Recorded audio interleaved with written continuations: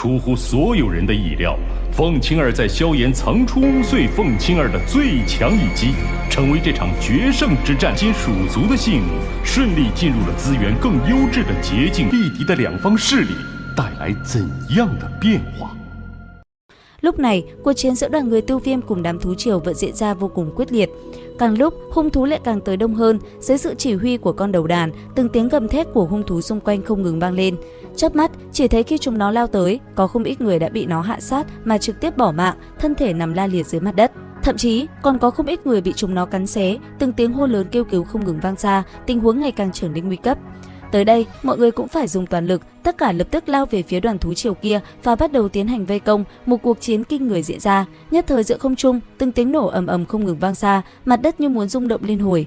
Vừa giao chiến vừa di chuyển, rốt cuộc tất cả cũng đi tới được nơi cuối con đường. Tuy nhiên, phía cuối con đường kia lại bị chặn lại bởi một màn chắn. Chỉ cần đi qua được màn chắn, mọi người sẽ thoát khỏi thú triều.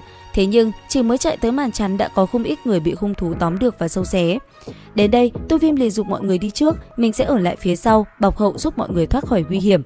Cứ như vậy làm theo kế hoạch, mọi người mau chóng vượt qua màn chắn kia và đi ra bên ngoài. Còn Tiêu Viêm, anh ấy phải dùng toàn lực chống chọi với hung thú. Càng lúc, phía cuối con đường càng có nhiều hung thú xuất hiện, khiến Tiêu Viêm cũng phải thấm mệt. Tuy nhiên, cũng trong lúc đó lại xảy ra một chút sự cố. Chính vì đám hung thú kia quá đông, mọi người sau khi qua được phải lập tức truyền năng lượng vào bức tường và gia cố nó, tránh để đám hung thú kia phá vỡ màn chắn và tràn vào bên trong. Còn Tiêu Viêm, anh ấy vẫn phải gồng mình chống đỡ thú triều ập tới. Càng lúc, bọn chúng lại càng đông và hung hãn. Và rốt cuộc, sau một hồi, khi toàn bộ mọi người thoát được hết, Tiêu Viêm cũng kiệt sức, anh ấy bị hất văng vào màn chắn rồi bay ngược về phía sau.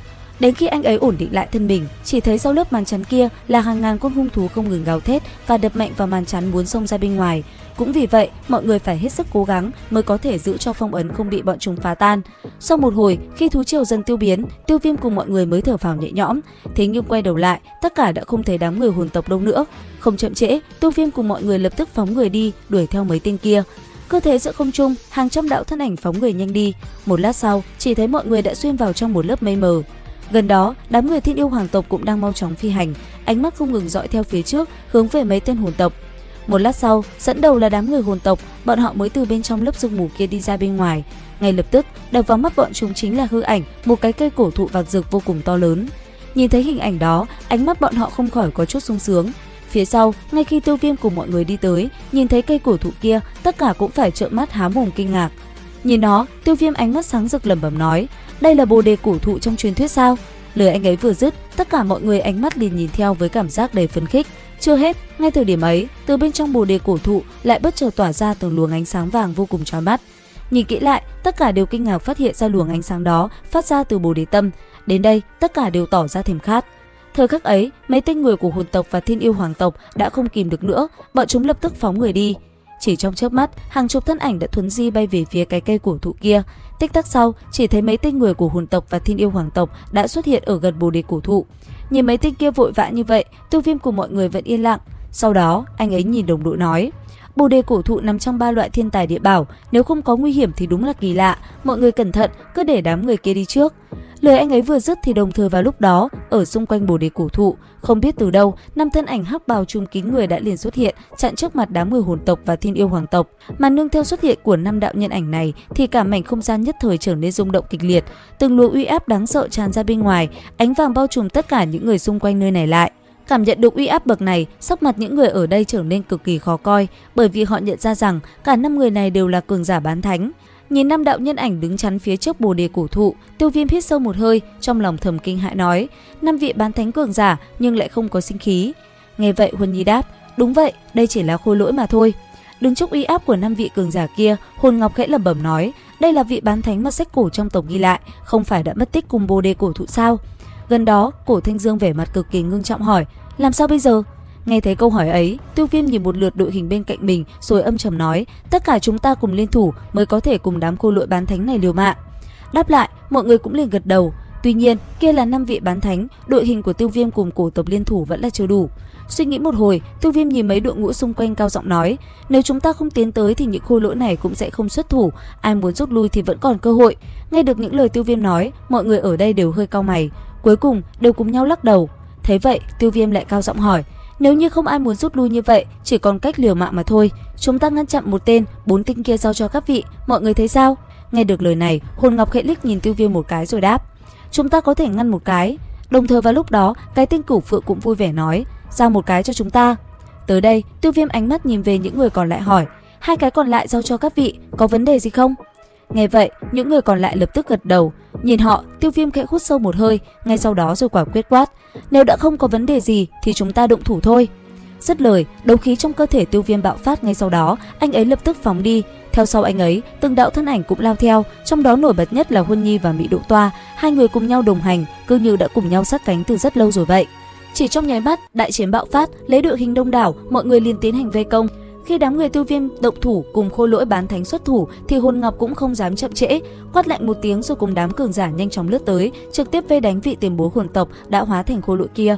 Gần đó, đám người Cửu Phượng cùng 4 phương đội ngũ cũng lao lên, sau đó phân biệt đối phó với những khôi lỗi còn lại. Trong nhất thời, trên mảng bình nguyên này, từng luồng đấu khí kinh khủng tràn ngập không gian, giống như cuồng phong không ngừng thét gào giận dữ. Nhân số tuy đông nhưng lại không có ai chân chính là bán thánh cường giả, bởi vậy không hề nghi ngờ gì, trận chiến này là một hồi chiến đấu cực kỳ thảm thiết. Hai bên đã đối chiến chừng 20 phút, bên phía Tiêu Viêm, mấy trưởng lão chỉ hơi bị kình phong lan đến liền đánh mất sức chiến đấu. Cũng may, mấy người chủ lực như Tiêu Viêm, Cổ Thanh Dương, Huân Nhi lại có thực lực mạnh mẽ hơn người nên mới chế trụ được khối bán thánh khôi lỗi này. Sau khắc đó, kim quang từ trong cơ thể Tiêu Viêm tuôn ra dữ dội, thân thể cũng nhanh chóng bành trướng, quyền đầu tựa như hoàng kim thiết giáp đánh vào đối thủ. Bên cạnh, Huân Nhi cùng Cổ Thanh Dương đồng thời ra tay, một chiêu đại tịch diệt chỉ tung ra, công kích đã ầm ầm đánh vào đối thủ. Trên bầu trời, Thải Lân cũng nhanh chóng hội tụ một đạo lôi trụ màu sắc rực rỡ, hướng phía đầu khôi lỗi đánh tới. Mọi người cơ hồ phối hợp với nhau cực kỳ ăn ý, ra tay chớp nhoáng, từng đạo công kích khủng bố như cùng một lúc đánh vào đầu khôi lỗi bán thánh. Khoảnh khắc va chạm, chỉ thấy bùm một tiếng, thân thể khôi lỗi bán thánh kia lập tức tan vỡ. Nhìn đạo thân ảnh đó biến mất, mọi người mới dừng lại và thở phào nhẹ nhõm. Đến đây, Tiêu Viêm nhìn mọi người nói: mọi người mau chóng khôi phục thân thể, ta sẽ hộ pháp. Nghe vậy, tất cả đều nhanh chóng nuốt đan dược vào, rồi khoanh chân ngồi xuống điều tức thương thế trong cơ thể. Còn Huân Nhi, nàng tiến đến bên cạnh Tiêu Viêm, đôi mắt nhìn về phía những trận chiến khác rồi nhẹ giọng nói: Tiêu Viêm ca ca, chúng ta không cần ra tay sao? Nghe được câu hỏi ấy, Tiêu Viêm khẽ lắc đầu đáp: không cần, chúng ta cứ tự lo cho mình đi đã. Bồ đề cổ thụ này còn cổ quái hơn so với dự đoán của ta, xem ra lần này phải thật cẩn thận, nếu không bảo bối không lấy được mà còn đi tong cả cái mạng nhỏ này luôn. Khi Tiêu Viêm đang trầm tư suy nghĩ thì một tiếng động trầm thấp đột ngột vang lên từ cách đó không xa. Khi hắn quay đầu lại thì đã thấy Hồn Ngọc mặt không đổi sắc đánh nát đầu vị tổ tiên kia của hắn. Đánh xong một quyền này, Hồn Ngọc cũng hít một hơi thật sâu rồi ngẩng đầu nhìn về phía Tiêu Viêm, khuôn mặt vốn vô cảm nhanh chóng nở một nụ cười ấm áp. Điều này khiến cho Tiêu Viêm cười lạnh không thôi, thầm cảm thán tên khốn này thật có năng khiếu đóng phim. Sau khi giải quyết khôi lỗi, đám người Hồn Ngọc cũng nhanh chóng ngồi xuống điều tức khôi phục đấu khí. Hiển nhiên, lần đại chiến này cũng đã làm họ tiêu hao rất nhiều. Sau đám người Hồn Ngọc chừng 10 phút, vòng chiến bên Thiên Yêu Hoàng tộc cũng kết thúc, có 3 vị cường giả của Thiên Yêu Hoàng tộc táng thân ở đây. Vài phút sau, vòng chiến cuối cùng kia rốt cuộc cũng kết thúc, khôi lỗi bán thánh thứ 5 cuối cùng đã nằm xuống. Khi khôi lỗi cuối cùng hóa thành bột phấn, nhóm người Tiêu Viêm liền chậm rãi mở mắt ra, có sự trợ giúp của đan dược, bọn họ cũng đã khôi phục được khá nhiều. Thấy mọi người đã khôi phục xong, ánh mắt Tiêu Viêm cũng chuyển hướng về phía bồ đề cổ thụ, một lát sau liền mở miệng nói: tiếp theo nhất định sẽ còn nguy hiểm hơn thế này gấp mấy lần, vậy nên ta đề nghị nếu thực lực của ai còn chưa đạt tới lục tinh đấu tôn thì tốt nhất hãy ở lại đây, không nên đi tiếp nữa. Lời anh ấy vừa dứt, tất cả cũng liền gật đầu. Và liệu rằng tiếp theo cuộc chiến sẽ còn gì hấp dẫn? Theo dõi kênh YouTube Review 5 phút để biết thêm chi tiết các bạn nhé. Xin chào và hẹn gặp lại.